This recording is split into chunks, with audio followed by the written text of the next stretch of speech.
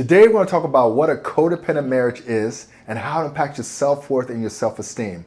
Hi, I'm Saint Day Adioba and I'm the architect of Your Day Balance Game, and I'm here today with Nancy Jameson, who's also a coach in the game and the COO of the Your Day Balance Game. Nancy, welcome. Welcome. Thank you. I You're appreciate welcome. it. Hello, everybody. Yes, let's jump into it. Nancy, what are some symptoms or patterns of a codependent marriage?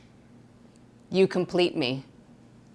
You just shot the whole fantasy of Hollywood, everything. What do you mean? That's big. That's what you see on movies. Yeah, it's a great movie. A romantic, like you complete me, right? Yes. What about happy wife? Happy life. Oh my God. That was distilled, that was ingrained in me from so many successful men around me. Like, just Day, make sure she's happy. I'm like, okay. And you go and do it, right? What else? What are some other patterns of a codependent marriage? Yeah. No, mine was it's us against the world. Wow. It's you and me, babe, Ride and we or got die. it. Ride or die. We're going, and we'll conquer everything. Yeah. Here's another one. Ready? Yeah. If I invest everything into you, give you everything I got, and I pour everything I got into you, and you pour it into me, then that's bliss. Then we're one. We're everything.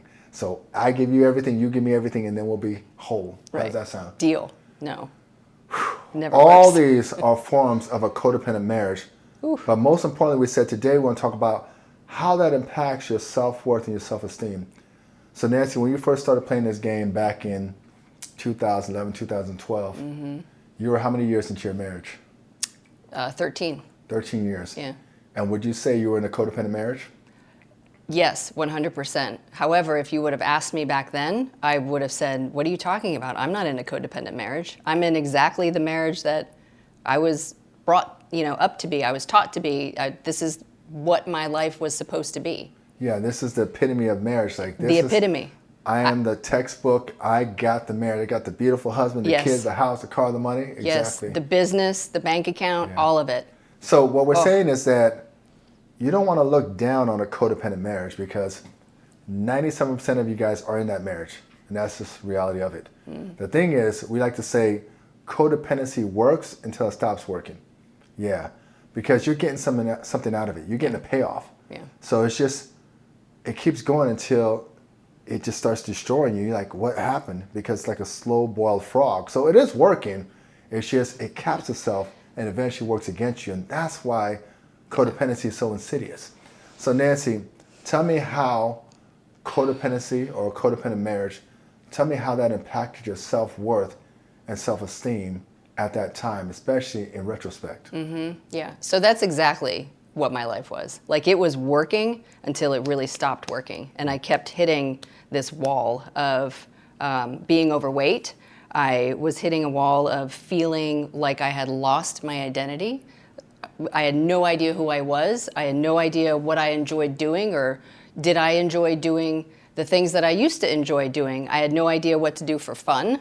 I had lost connection with... Then who were you? Let me interrupt. Who were you then? Yeah, so I was a mom. Well, first I was a wife. Okay. I was wife of Bill, and then I was mom to my kids, and then I was a daughter, I was a sister, I was a businesswoman, I was an entrepreneur. I was everything to everyone else aside from being Nancy.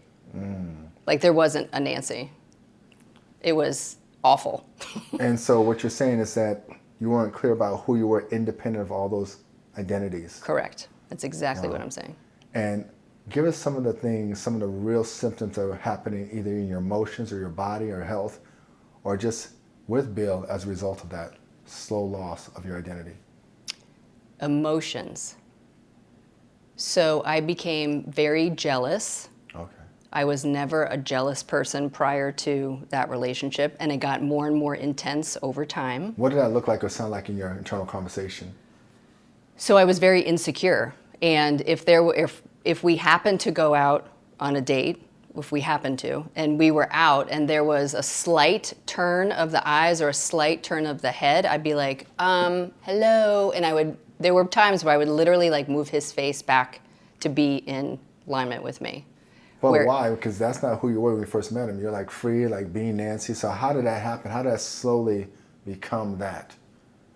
Because I my whole identity was wrapped up in what Bill thought of me, or my whole identity was wrapped up in business. But we're going to, just keeping it on marriage, if Bill thought that I was doing a great job, or if Bill was happy with me, then I was like, yes, I'm doing great. Like I was totally 100% validated by what he thought of me or approved of me.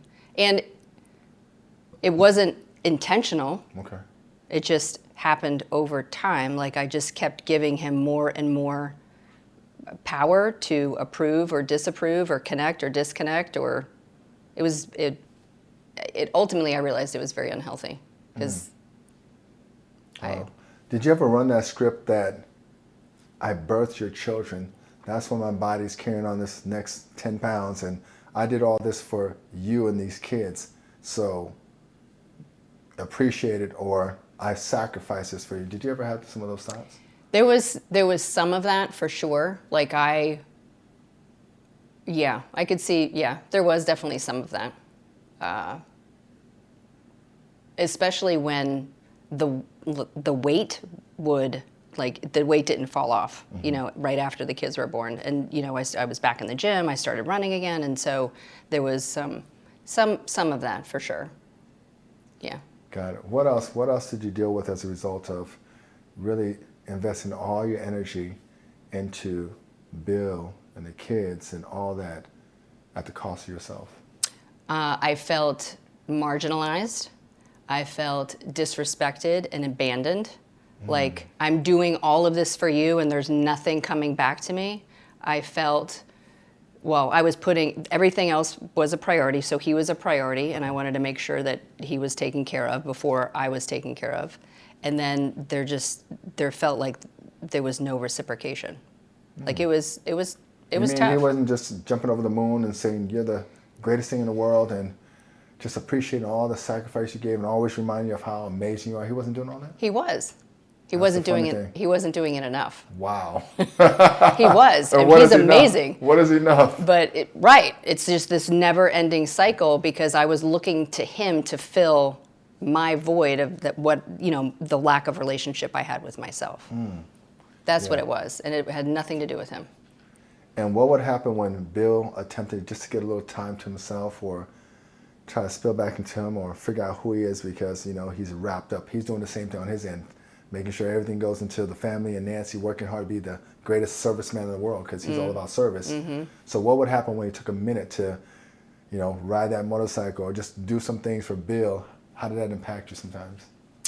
So therein lies the jealousy. Okay. So I would get jealous of his time because it felt like all of my time was being poured into him or the household or any of those things. So that was one of the things that I was jealous of, was that he could take the time. He could say, hey, I want this space for me, even if it was an hour. So Nancy, tell me, is there any other way that being in a codependent marriage impacted you personally?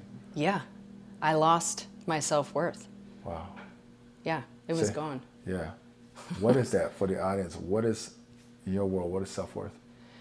So what I was doing was I was giving everything and everyone else outside of me priority.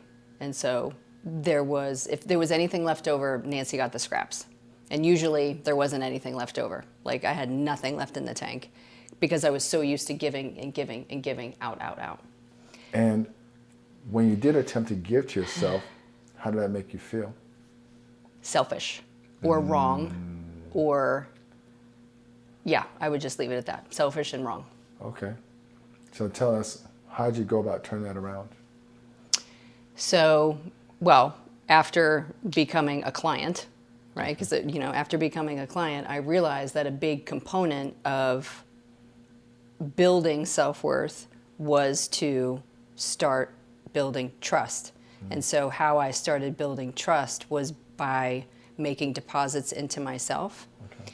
And so I came to the realization through the coaching that what I thought was making a deposit by giving to my family or depositing into the husband or depositing into the business, I thought those were depositing into me, and it wasn't. It was all outgoing energy. It was still out. And I was giving from a deficit. I wasn't filling my cup first. And so through the coaching, I realized to deposit in myself first was a great way of creating more value in myself. Can I interrupt? That's a beautiful point. As you said, I was investing this energy in everyone else, but the energy I invest in everyone else is not always investing it back in me. A common symptom of that is called people pleasing. Ah, Everything in you knows that, yeah, if I make everybody happy, then I'll be happy because everyone else is happy. But you're wondering why you're not happy because you're really not doing what makes you happy. Because inside your spirit's like, this is what's going to give you joy, but you're doing what makes someone else happy. And like, you think it's going to make you happy, and it does for a split second because you see them smile, and then all of a sudden, you feel this resentment come up. yes. You know how often I talk to my clients, and they're like, I was in a room, and everybody was so happy because I was listening to them. And when I was done and left that party, none of them knew who I was. I was just exhausted. Exhausted. I'm like, but they thought you were the greatest conversationalist. They thought you had a great time inside, but inside you feel a million miles away from it and you feel depleted. But that act, you got them believing that you were just so happy listening to them. Mm-hmm. Whew. I had that. All these people pleasing, you get a lot of that. That's Yes, that, and that's 100%. that. That's what creates an imposter syndrome a lot of times with like leaders. They get this imposter syndrome because they can't turn it off, and they know that's the way they're successful on the outside, but inside, they feel that's not what's really going on. And you feel like an imposter. You're waiting for someone to see you. Yeah. So, like you said, you realized you had to start building trust and start off with building or making deposits into yourself. Yes. Continue. Yes. And so what I realized is that there was value being generated from that. Like I was receiving the value of that deposit and my value was increasing. And yet the magic happened when I started recording it. And so as a result of recording it, that became measured. And so now as I was measuring my value, that's how the trust began to build and build and build and build and build. That is fantastic because in finances, imagine if we make money and I put it underneath my mattress or I just throw it in the closet somewhere or somewhere in the world, right? I made it, or I didn't even collect it. You know, someone's holding on to it because they haven't given it to me yet. But I made it, right? But I didn't put it into a ledger. There was no account for it. Yeah.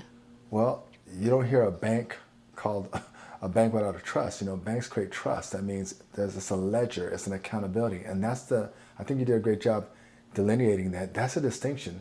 When you measure your value, you have a way of recording it, it builds trust. And share more about that. You were saying that without that trust, what happens when you don't measure it? Because it's measured and recorded, you now have a way to go back and look at all of the ways that I deposited into myself or all of the moments that I contributed to myself. And what happens is you can say, yeah, I did that. Well, I went for the walk. But when you record that you went for the walk, you now have an account of that and you can't deny it. Like there's no way to deny it because it's a recorded part of history. Another great part or aspect of recording it is that a third party can witness it as well. And that's amazing because we always say in this game, reality is not how I see it. Reality is how we see it. So the more people that can affirm what was done, it becomes reality. Yeah. However, if you don't record and just do it, yes, like you said, you increase value. At the same time, do you know how often I see clients forget what they've done for themselves? Yeah. Forget the magical moments. They forget everything because you literally forget it all within the next day. Yeah. It's just that's how we do it. So you actually start throwing the baby out with the bathwater because you actually start denying the fact that you took care of yourself. But when you record it, you can remember it's like, no, I did take care of myself. And all of a sudden you move from the subjective, emotional, whole lot of vicissitudes to stable and objective, saying, calm down, it's just my emotions. This is what's real. And if you can stay in reality and learn to love it, you start building momentum. So well said. So you said you went from deposits to building trust by recording those deposits. Yes. Continue. And so now I have over 87,000 hours of recorded deposits. So Nancy, you started talking about how you made deposits into yourself and then started recording it, having a ledger of those deposits. And that's what built this thing called trust, where you really started trusting yourself. And that's when you can go back and look at what you really did to honor yourself. Yes. Even when you're in an emotional low. Because a lot of times when you're not feeling well, you're going to deny everything. You're going to forget what you did yesterday. So when you take a ledger of it, that's where you can stabilize and step back from the subjectivity, which is my emotions at the time, and objectively look at it and say, no, calm down. This thing is working, and believe and strengthen that faith. So that's why it's so important to go from making deposits, which raises your value, to building trust, which is recording that value, taking a ledger of it. So that's where you're at in the conversation. Now, what happened from there, from building that trust? Now it's managing it. And so, going from people pleasing, going from seeking approval, going from seeking validation, all of those things, the imposter syndrome that you talked about earlier, it's moving through those situations and having an understanding of managing that energy. And do I want to do that thing? Will there be this energy or something like that just makes you want to say yes when you really mean what? No. That's a big one. How many times do we say yes when you're like, as you're saying it, you really mean no, You're but like, you're doing I can't it for believe them? I just said yes. And, That's a great example yes. of mismanaging your energy. Yes. When you're saying yes and your whole body really means no. Yes, thank Wow. you. So you said you learned how to manage that energy from the people pleasing, saying no, meaning no when you say no. Yeah, no's a complete Yeah. sentence. So yeah, Nancy, I've done it many times. Said yes when everything in my body meant no. And I would agree, that's how I mismanaged the energy. And losing that, every one of those nicks kind of loses that trust just a little bit. But yes, continue. Yeah, and so when I realized how to manage my energy on a consistent basis and sustain it, that created the self-worth. So Nancy, you're a coach. Where do you start with your clients? This is overwhelming. There's so many symptoms. Where do you start? Make it simple. Yeah, well, it all starts with building trust. And so what I would say would be to schedule a 15-minute discovery call with us to see if you're really dealing with codependency, and then how we can support you and go from there. Thank you, Nancy. So if you click the links below, you can get to that discovery call that Nancy spoke about earlier. So go ahead and subscribe. Click that button, because every week we're going to put out these juicy, intimate conversations that you're going to pick up something from. I'm Coach Day. And I'm Coach Nancy. And we thank you for your time. We'll see you next time in the Your Day Balance Game. And remember, make every day your day. Welcome. My name is Coach Day, and I'm the architect of the Your Day Balance Game, also known as the YDBG, where the objective is to make every day your day. Now, if you really enjoyed that video, then press that button and subscribe, and also hit that notification, because every week we're going to release these videos where you can learn how to go from codependent to true independent, so you start living the life that you're truly worth. I look forward to seeing the game, and remember, make every day your day.